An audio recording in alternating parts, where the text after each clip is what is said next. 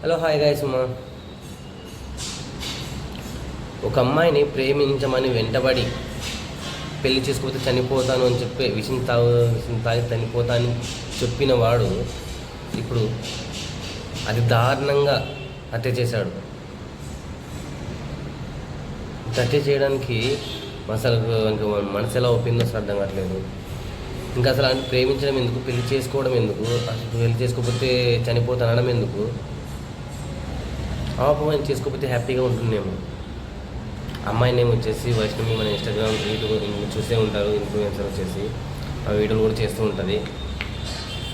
ఈమె వచ్చేసి ఒక 1 year బ్యాక్ మ్యారేజ్ చేసుకుందనమాట. ఒక చెప్పే కదా, హరి అనే అబ్బాయిని పెళ్లి చేసుకుంది. ఇప్పుడు వచ్చేసి ఒక 4 months ప్రెగ్నెంట్ కూడా.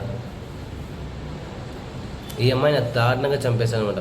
ఆ పాప 4 months ప్రెగ్నెంట్ తెలిసి కూడా వాడు చంపాడంటే వాడు అంత మూర్ఖులు అని చెప్పి కూడా ఎవరున్నాడు. ఇంకా కత్తితో పొడి చంపేశాడంటే వాడిని ఇంకేమనాలి?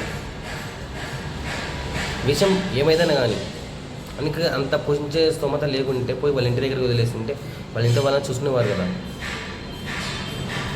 అంత స్తోమత లేకుంటే వాళ్ళ ఇంటి దగ్గరికి తీసుకొచ్చామంటే వాళ్ళు చూసుకుంటారు కదా పేరెంట్స్ అనేవి.